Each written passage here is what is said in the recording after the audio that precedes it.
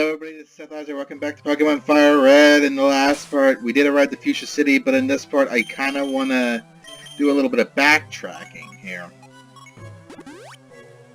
And we got to make a stop at Pewter City first.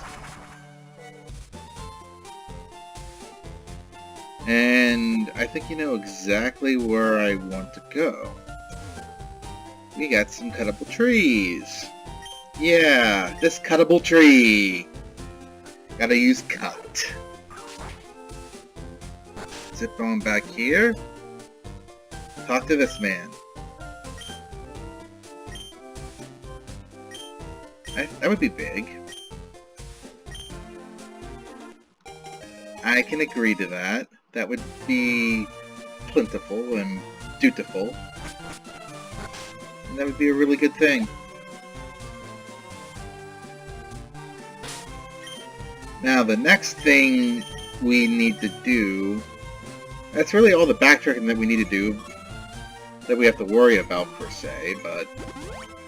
Next, we have an alternate route to Celadon City that is fairly familiar. By the way, with the Super Rod, here, I think there's a 1% chance. Future Seth can look this up, just to be on the safe side. But I think with the Super Rod, you could fish up Grinding. I'm just gonna do it once and see if it happens. Oh well. That's a Magikarp. I'm not too torn about it. Not too worried. Not too worried at all. But we have another Snorlax here. I might catch it this second one just for lulz, because why wouldn't you want to try to catch Snorlax?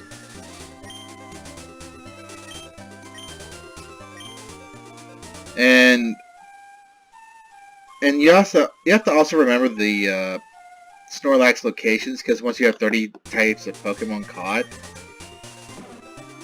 you can get leftovers in both locations.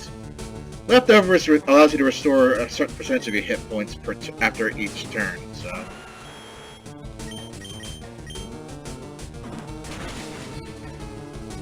Kick it! Kick it!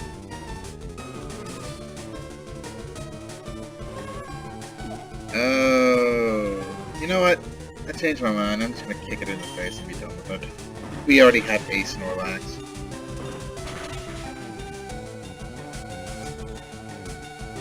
Bye-bye, Snorlax.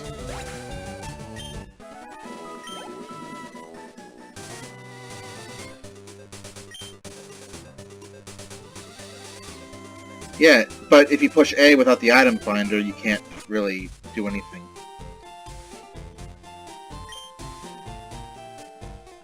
Also, this gives us access here. Let's talk to some people. Ah, the amulet coin. That more or less is a nice little item. Doubles your money. So if you're money grinding, go ahead. Wow. Aren't you all a little young to be boyfriend-girlfriend, but what do I know? We have a lot of trainers that we could potentially fight. We'll fight a couple. Oh. But they're predominantly bikers, and they're gonna have cue balls. Here's a cue ball. Here's a cue ball sprite. And they're gonna predominantly carry fighting and poison type Pokemon. So be mindful of that.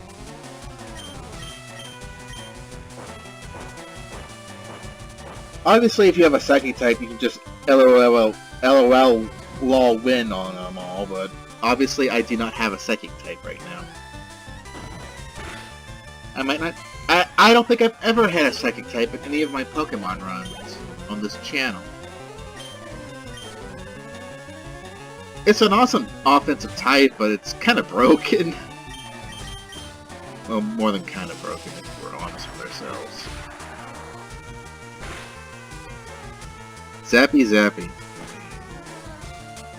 And a seismic toss. And finally, Poison Point works! Yeah! Poison Point actually did its job. Isn't that amazing?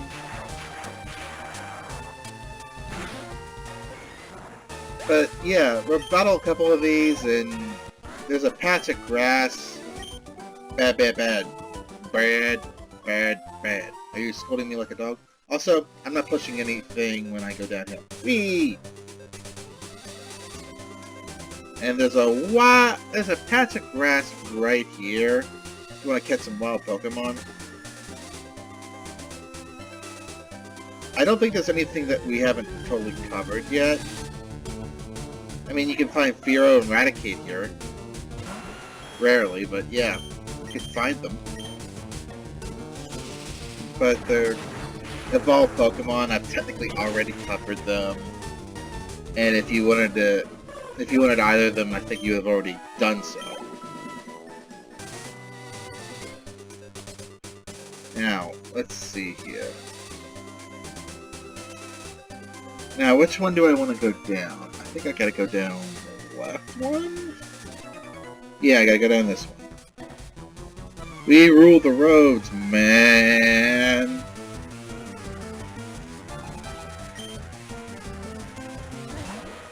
Muck! We're gonna be seeing a fair bit of those.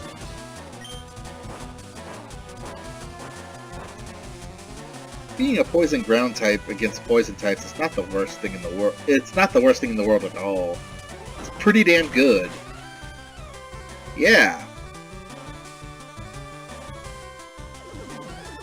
And plus, with a move like Shockwave, because you have to... Gen 3 is just pretty bad with evasion type stuff. You can do stuff like Shockwave. That's why I think they're pretty... Moves like Shockwave and Aerial Ace are pretty damn valuable. Swift, too. Yeah. That's another one. Yeah, I'm right. Watch out for discarded items. Heh! This is like a giant PSA thing. Yeah, but if you push B, you can just... You're like, wee... You just have a lot more control.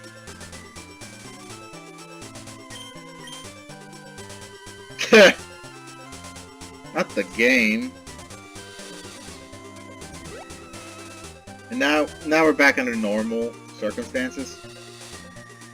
Cycling Road is really short.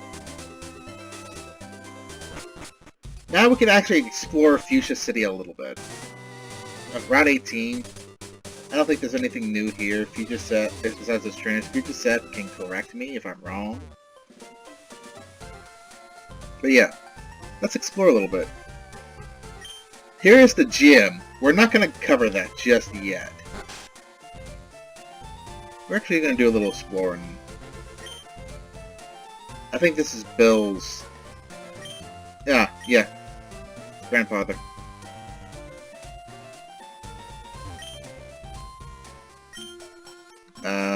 That's actually a hint.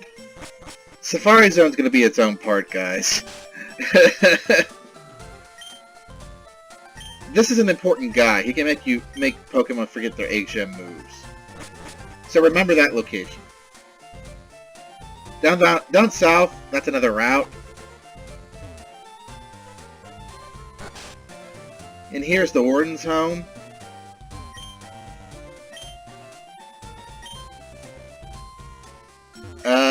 Yeah. You couldn't understand a damn thing he said, could you? Looks like it's feeling pretty good. I've actually never checked this picture up before until just now. Over here is another person. You can talk to him. He's the older brother. You get the good rod here. Although all of them are still kind of got semi-questionable type stuff going on here. But you go over here, you can actually fish here once in a while. But why use the good rod when you have the super rod, right? Wow, that's very super. But we're just gonna fish a little bit here, just to, not because I want to catch anything, but I just want to show you some of the variety.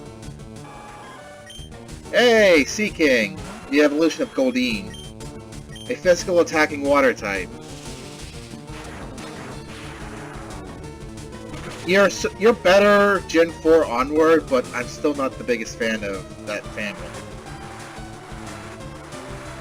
That's just how it is. It's not personal. Zappy Zappy with the shockwave. Shockwave, shockwave. But yeah, that's a little fishing spot. You can also find Gyarados there. So if you don't want to raise a Magikarp at all and just want to skip the Gyarados, you can. Yeah. Here you're gonna get some random Pokemon stuff. Voltorb's an asshole. I don't like him. You saw that Chansey over there. Lapras, one of my personal favorites. Now here, Kabuto. If you got the other... This is basically going to have the opposite fossil that you got. So I have Almanite. So here I get Kabuto here for the display. And Kangaskhan here. A handful of these Pokemon you're going to see in the Safari Zone.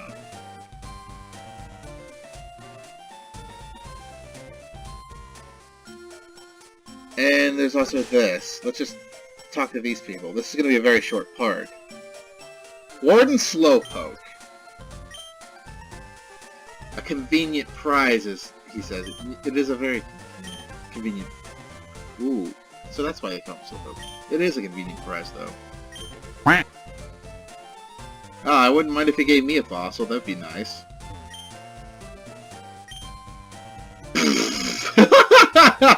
That's mean. I can't believe they actually let that line in on a Pokemon game. That's a little mean. Then again, you got the Pokemon. You got some creepy ass Pokedex entries like for Parasect and all that, and Cubone. So there's some weirdness. Pokemon and weirdness just seem to go together. I might as well just peek down here, because I think there's...